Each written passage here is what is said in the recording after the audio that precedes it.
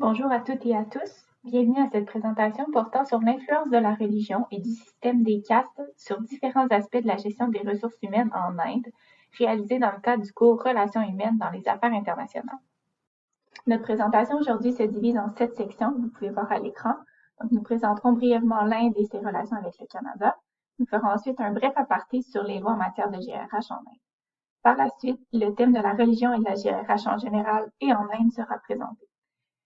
Les influences de la religion et du système des castes seront ensuite abordées, notamment à travers des entrevues réalisées avec un Canadien expatrié en Inde. Avant de conclure, nous ferons un bref point sur les relations d'affaires en Inde pour les entreprises canadiennes. Je vais maintenant vous présenter brièvement le pays à l'étude, l'Inde. Donc, l'Inde est le deuxième pays le plus populeux au monde, tout juste derrière la Chine. La population y est plutôt jeune, donc on parle de 141e pays sur 228 en termes d'âge médian, et la population croît à un niveau de 1,1%. L'Inde est un pays assez densément peuplé, donc outre certaines zones désertiques dans le nord du pays, tout le reste de l'Inde est peuplé, en particulier au long du Gange et des autres principales rivières. La population urbaine représente 24,9% de la population totale indienne. Historiquement parlant, l'Inde est reconnue pour sa culture florissante et riche. Elle est l'une des plus anciennes civilisations du monde. Elle a été colonisée par la Grande-Bretagne au 19e siècle et était reconnue comme le joyau de l'Empire britannique. À la suite de l'obtention de son indépendance à la fin des années 40, l'Inde a connu des tensions importantes avec son voisin pakistanais. La présente diapositive illustre également les particularités culturelles multiples de l'Inde. Donc, on y retrouve plusieurs groupes ethniques qui parlent une multitude de langues différentes et qui ont des croyances variées. À noter que l'anglais occupe un statut de langue officielle subsidiaire. Elle est toutefois la langue la plus utilisée pour les communications nationales, la politique et le commerce. Comme on peut le voir à l'écran, on compte 22 langues officielles au total dans le pays. Les systèmes politiques et légaux de l'Inde tirent leur origine de la période coloniale anglaise. Malgré son indépendance et comme plusieurs pays du Commonwealth, l'Inde a conservé un système parlementaire inspiré du modèle britannique et un système légal fondé sur la common law. Petite particularité ici, l'Inde s'est dotée de codes de droit personnels distincts pour les musulmans, les chrétiens et les hindous. En raison de sa grande population, l'Inde se présente comme la plus grande démocratie du monde. Donc, en effet, des élections libres s'y tiennent depuis l'indépendance et une alternance politique s'y joue. On considère aussi que la liberté de presse est présente et que le système judiciaire est indépendant. La population s'intéresse activement à la politique et le système public y est très important, notamment pour l'économie. On le sait tous, l'Inde est une puissance économique en émergence, elle fait partie du BRIC. Sa relation avec le Canada est particulière, donc ces relations bilatérales existent depuis longtemps et on compte un nombre croissant de dialogues officiels et de protocoles d'entente afin de renforcer les liens culturels et politiques entre les deux pays. Les ententes bilatérales et protocoles d'entente modernes portent sur différents sujets. Pensons au commerce, à l'agriculture, à l'aviation civile, à l'éducation et aux TIC. On retrouve également des partenariats en matière de développement. Par exemple, en 2018-2020, le Canada a investi 4,55 millions de dollars pour appuyer 20 projets en Inde, notamment dans les domaines de la santé maternelle et le développement de la petite enfance. Côté représentation diplomatique, on retrouve des représentations canadiennes dans 8 villes indiennes. Et de son côté, l'Inde est représentée au Canada par un haut commissaire à Ottawa et des consulats à Toronto et à Vancouver. Petit fait intéressant, l'Inde est la première source d'étudiants étrangers inscrits dans les universités, collèges et écoles du Canada. Donc, ça démontre la proximité entre les deux États. L'Inde constitue un marché commercial prioritaire pour le Canada. Donc, selon le gouvernement canadien, ces priorités commerciales sont en phase avec les objectifs stratégiques du gouvernement indien. Des négociations sont en cours pour conclure un accord de partenariat économique global et un accord sur la promotion et la protection des investissements étrangers entre l'Inde et le Canada. Selon Statistique Canada, les principaux produits exportés du Canada vers l'Inde sont, en ordre d'importance par la valeur, les produits minéraux, les métaux et pierres précieuses, les produits chimiques et le papier, tandis que la catégorie de produits les plus importés par le Canada de l'Inde sont les produits chimiques, les produits textiles, les produits métaux de base et les produits de machinerie, de mécanique et d'électronique. Pour terminer cette présentation du pays, laissez-moi vous dire quelques mots sur la comparaison entre le Canada et l'Inde selon la matrice de Pochtel que vous pouvez voir à l'écran. Donc, on dénote certaines ressemblances entre les deux pays, notamment sur le point de la masculinité, relation homme-femme, évitement de l'incertitude. Par contre, on note des différences marquées sur les plans suivants. Les relations de pouvoir et la hiérarchie, la primauté de l'individualisme ou du collectivisme, l'orientation long ou court terme, ainsi que l'indulgence. Et en particulier, là, vraiment sur le point de vue de l'indulgence et de la hiérarchie, la différence est très, très marquée. Donc, ces éléments vont être à considérer dans nos analyses subséquentes. Ce qu'il faut savoir concernant les lois en matière de droit du travail en Inde, c'est qu'il y a environ 92% de la population active qui travaille dans le secteur non organisé, le secteur informel, contre 8% dans le secteur organisé, le secteur formel, puis cet écart entre les deux secteurs ne cesse d'augmenter.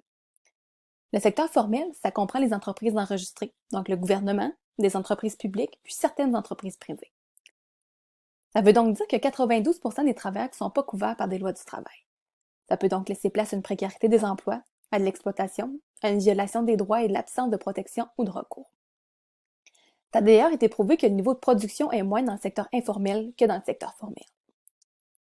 Pour leur part, les travailleurs du milieu formel sont protégés par environ 200 lois qui encadrent le monde du travail. Parmi celles-ci, on compte entre autres des articles qui encadrent le droit syndical, les règles minimales en matière de conditions de travail, les jours de repos hebdomadaires, le salaire minimum, le versement d'allocations en cas de maladie, maternité et accident du travail qu'on pourrait comparer à notre LATMP, des articles qui encadrent le congé de maternité, l'égalité salariale entre les hommes et les femmes ou encore le travail des enfants. Donc, la religion et la gestion des ressources humaines. On a choisi d'apporter ce thème-là pour la présentation puis le projet, puisque, premièrement, parmi les lectures qu'on a fait, on avait vu que c'était une nouvelle approche de la gestion des ressources humaines avec l'aspect spirituel. Puis nous sommes à l'aube de plusieurs changements organisationnels provenant des organisations qui veulent amener cette spiritualité-là sur le lieu de travail. Également, on peut faire un lien avec l'Inde, puis la relation que la religion a avec la gestion des ressources humaines. Puis on va pouvoir expliquer par rapport à ça, mais plus tard dans la présentation. J'avais sorti un extrait qui était quand même lourd de sens. Donc voilà, la plupart des auteurs font état du sentiment d'appartenance à une communauté et de la quête de sens chez les individus dans notre société. Pour moi, c'est très représentatif comme extrait quand on pense à ma génération, la nouvelle génération qui va entrer sur le marché du travail. C'est une génération qui, selon moi, se cherche quelque part. C'est une génération qui a voulu voyager, faire de nouvelles expériences, puis en quelque sorte se redécouvrir. Puis je crois que d'amener la spiritualité sur un lieu de travail ou amener cette optique-là pourrait aller rejoindre beaucoup plus de monde qu'on pense. Puis je vois pourquoi cette approche-là de la religion et de la gestion des ressources humaines peut être tendance. Puis par la suite, il y a aussi une réalité accrue de la relation de la gestion des ressources humaines avec la religion, avec tous les mouvements de population qui est à l'international et l'immigration. On peut penser à l'immigration, puis à la recherche de talents à l'étranger. On peut penser à une entreprise comme Québec International qui va recruter de la main-d'œuvre à l'étranger pour travailler dans les entreprises du Québec. Puis cette main-d'œuvre-là qui arrive de l'extérieur, si elle peut avoir un certain lien spirituel ou avec sa religion, au sein même de son lieu de travail, c'est une opportunité pour l'employeur de faire un lien qui est rapide puis efficace avec cette main-d'œuvre-là, mais c'est aussi un moyen de perdurer dans l'organisation.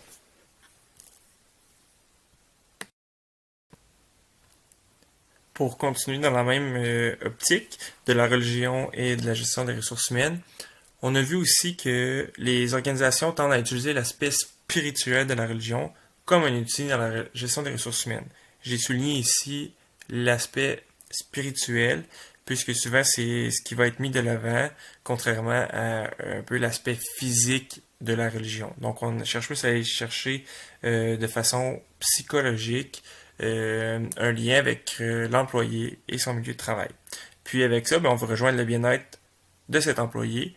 On cherche à le rendre à l'aise, puis de le rendre connecté, même à son lieu de travail. J'ai sorti aussi l'extrait suivant d'une lecture du cours. Permettant l'expression de l'expérience humaine à sa plus profonde nature, la plupart des niveaux spirituels peuvent non seulement réduire le stress, les conflits et l'absentéisme, mais aussi améliorer la performance au travail. Donc on voit qu'il y aurait un avantage non négligeable pour les entreprises à optimiser cet aspect spirituel-là sur le lieu de travail. Maintenant, on peut aborder plus précisément la religion et la gestion des ressources humaines en Inde. Premièrement, une définition du mot religion. C'est un ensemble déterminé de croyances et de dogmes définissant le rapport de l'homme avec le sacré. Donc une définition du Larousse.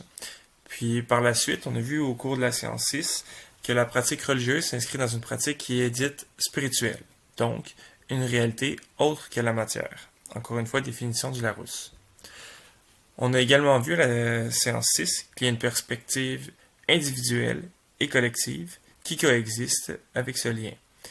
Donc, c'est un bon lien qui dicte un petit peu la manière de vivre en Inde avec tout ce qui est le système de caste qui va être élaboré plus tard. Mais en fait, c'est une manière d'interagir puis de fonctionner de manière collective face à la religion. Puis le système de caste dicte de quelle manière tu dois te positionner par rapport à toi-même, puis la place que tu occupes par rapport au groupe. Les castes, la religion et la gestion des ressources humaines en Inde. La religion est omniprésente dans le système indien. Elle a donc un impact direct sur la gestion des ressources humaines. On pense tout de suite au système de castes. J'ai sorti l'extrait suivant de Religion et géopolitique, le cas de l'Inde, de Jean-Luc Laracine. La légitimité idéologique de la caste s'enracine dans la conception hindoue de la société.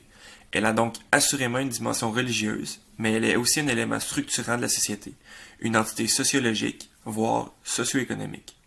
Donc on voit que le système de caste a été à la base créé pour un besoin de structuration de la société, mais découle aussi d'une base qui est religieuse. Ça fait en sorte que ce système-là va avoir un impact sur la gestion des ressources humaines dans toutes les sphères de l'emploi en Inde, puis il va avoir un gros impact. Les castes vont être expliquées dans les prochaines diapositives.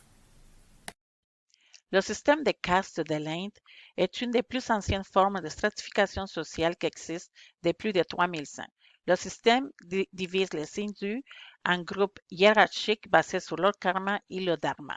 Il divise donc la société indienne en 4 catégories principales, dont les brahmins, les kshatriyas, les vaishyas et les shudras. Ces classes ont été créées par le dieu hindu de la création, le Brahma. De plus, ces castes principales ont été divisées en environ 3000 autres castes et 25 000 sous-castes. Chacun a une fonction de leur profession spécifique. Au sommet de la hiérarchie, on trouve les brahmins composés principalement des enseignants puis des intellectuels qui seraient venus de la taille du Brahma. Plus, on trouve les kshatriyas qui sont les guerriers et les dirigeants créés des bras du Brahma. Au troisième place, on trouve les vaishyas composés de commerçants qui ont été créés à partir de ces quiz. Au bas de l'échelle se trouvent les shudras qui ont été créés des pieds du Brahma et qui font les petits boulots. En dehors de ce système de caste hindu, se trouve une cinquième catégorie, les Dalits, qu'on appelle aussi les intouchables. Nous avons ici le témoignage d'un expatrié canadien ayant vécu en Inde de 2005 à 2007 pour le compte de la défunte division énergie de l'entreprise Alstom. L'objectif de cette expatriation était la supervision de la construction d'une usine, de l'implantation des équipements et de procéder au démarrage de la production manufacturière. À la question « Comment le système des castes se manifeste-t-il au travail ?» il semble évident que la description des tâches est directement liée à la caste dont l'employé est issu. En voici donc un exemple relaté en entrevue. Ça paraît beaucoup, les castes là-bas, c'est dans les faits, il y a beaucoup de clivage entre les différentes castes. Même dans l'usine, ça devait arriver, par exemple, j'ai des employés, des techniciens formés qui, par exemple, qui étaient chargés de peinturer les barres satars. Puis j'arrive là un moment donné, puis c'était tout sale sur le plancher parce qu'il n'avait pas protégé son plancher. Puis moi, mon atelier était très propre, hein, les murs en céramique. Et puis, là, je lui demande, je lui dis, écoute, qu'est-ce que tu as fait là? Ah, ben, c'est un peu de peinture noire qui est tombée par terre. Mais là, non, je ne sais pas ça, il faut que tu nettoies ça. Fait qu'il il dit, OK, je vais m'en occuper. Fait que je pars, je vais faire mes autres choses. Je reviens peut-être 20 minutes, une demi-heure après. Au lieu que ce soit lui qui nettoie ça, il y avait un gars qui est chargé de faire le ménage qui nettoyait ça. Puis je dis, pourquoi je t'ai demandé, c'est toi qui l'as sali, je t'ai demandé de nettoyer. Ah, c'est pas moi faire ça, c'est pas ma fonction. Parce que là, il a pris ceux qui font le ménage, c'est des employés de la quatrième casse, c'est la basse casse. Fait qu'il dit, ben, c'est lui qui va nettoyer. Moi, je dis, non, c'est toi qui as sali, c'est toi qui vas nettoyer. Fait que ça m'a pris une couple d'heures avant que je réussisse à le faire plier et dire tu te mets à terre, puis tu nettoies ton dégât que tu as fait, à l'avenir, tu feras attention. Donc, c'est de cette façon-là que les castes, ça pouvait sortir à l'atelier. Légalité ou légitimité. La discrimination basée sur les castes a été officiellement interdite par la loi de 1996 sur la protection des droits civils en Inde. Malgré les efforts de ces réformes faites à la loi indienne, les préjugés profondément enracinés dans la société indienne font que la justice sociale illégale bénéficie seulement les castes supérieures, tandis que ceux qui sont à la plus basse échelle sont toujours confrontés à la marginalisation, à la discrimination et à la violence. Ceci demeure un facteur déterminant dans la prise de décision de tout, dans des liens familiaux, des traditions culturelles, car les droits ou possibilités d'éducation et économique sont dictés par ce système de castes. Il décide donc qui doit marier une personne, en particulier dans les petits villages où vivent plus de 70% des Indiens, car pour les Indiens, satisfaire le dharma est primordial. Encore ici, le témoignage de notre expatrié canadien. À la question « Comment le système des castes se manifeste-t-il au quotidien ?» il nous explique ce qu'il a vu. Malgré une expatriation de plusieurs années et d'une adaptation relative à la culture, vous remarquerez l'ethnocentrisme dans ses propos, sur ce qu'il a perçu et de son interprétation de l'influence des castes sur le comportement des habitants de l'Inde. Mais dans la rue, on le voyait beaucoup, hein, civilement, là, dans la société, c'est des grosses différences. Comme, ben, pour expliquer un peu les castes, dans la première caste, c'est les prêtres et les politiciens. Dans la deuxième caste, c'est la police et l'armée. La troisième caste, c'est les marchands, c'est les commerçants, c'est les ingénieurs. La quatrième caste, mais il y a plusieurs divisions dans la quatrième caste, mais c'est les gens de basse classe, les gens qui font le ménage, les gens qui doivent nettoyer. Fait que c'est sûr que quand il y a un gars qui est dans la troisième caste, il est pas intéressant à nettoyer, c'est pas sa fonction. Puis en Inde, il y a beaucoup de places que c'est pas propre. Lorsqu'on leur dit, ben c'est pas propre, pourquoi c'est pas propre? Ben, c'est parce que le gouvernement donne trop d'argent à la quatrième caste, ils ne veulent plus nettoyer. Et puis souvent, j'ai remarqué que les gens, par exemple, de la troisième caste, les chauffeurs de taxi, les ouvriers, ça ne leur dérange pas, ils vont jeter un papier par terre. Ben, de toute façon, c'est pas eux qui ramassent, c'est les gens de la quatrième caste. Fait que, il y a beaucoup je pense, de malpropreté qui est due à ce phénomène de caste-là. Okay. En Inde, le type de travail et salaire qu'une personne est autorisée à faire et à recevoir est déterminé à leur naissance, donc satisfaire le dharma ou son karma. Les marchés du travail sont segmentés par caste, dont le recrutement et la sélection des candidats sont triés basés selon leur groupe d'appartenance. Ils jouent un rôle insidieux dans la prise de décision de recrutement telles que des promotions, salaires ou de bénéfices. Ces décisions sont prises sur la base de préjugés fondés sur la religion, le sexe et l'ethnicité. Les opportunités d'emploi sont donc ouvertes en groupe par l'intermédiaire des réseaux de castes, excluant ainsi les autres, quelles que soient leurs compétences. Il crée aussi une disparité persistante de revenus entre castes du même sexe avec des niveaux équivalents. De plus, c'est un système exporté en dehors de l'Inde. Un rapport fait par Equality Lab aux États-Unis en 2018 indique que les 2 tiers des membres de la caste la plus basse, donc les Dalits, ont déclaré avoir été victimes de discrimination au travail en raison de leur caste. 41% ont été victimes de discrimination dans le monde de l'éducation à cause de cela et un quart des Dali disent qu'ils ont fait face à des agressions physiques, tout ça aux États-Unis. Donc, even with a hardware pedigree, caste follows like a shadow. On peut donc déduire que c'est un système illégal et illégitime du point de vue juridique, mais vu comme légitime dans la société indienne. Aujourd'hui, il existe un écrivain nommé Jean-Claude Bonin qui écrit un texte nommé Concilier la diversité sociale et l'égalité. Dans son texte, Bonin écrit que les Indiens sont au commencement d'une réforme sociale, donc une révolution silencieuse, dans le sens d'une réformation des élites et du partage de la richesse et du pouvoir. Nous avons posé la question: est-ce que la discrimination causée par le système de caste est perceptible lors du recrutement? Avez-vous été témoin de discrimination? Comment cela s'est-il manifesté? Voici donc le témoignage d'un expatrié. Au niveau du recrutement, moi j'avais 20-25 employés qui travaillaient pour moi. C'est sûr qu'au début, j'avais mon chef, mon ingénieur qui était sous moi, et plus un autre qui était un aviseur technique.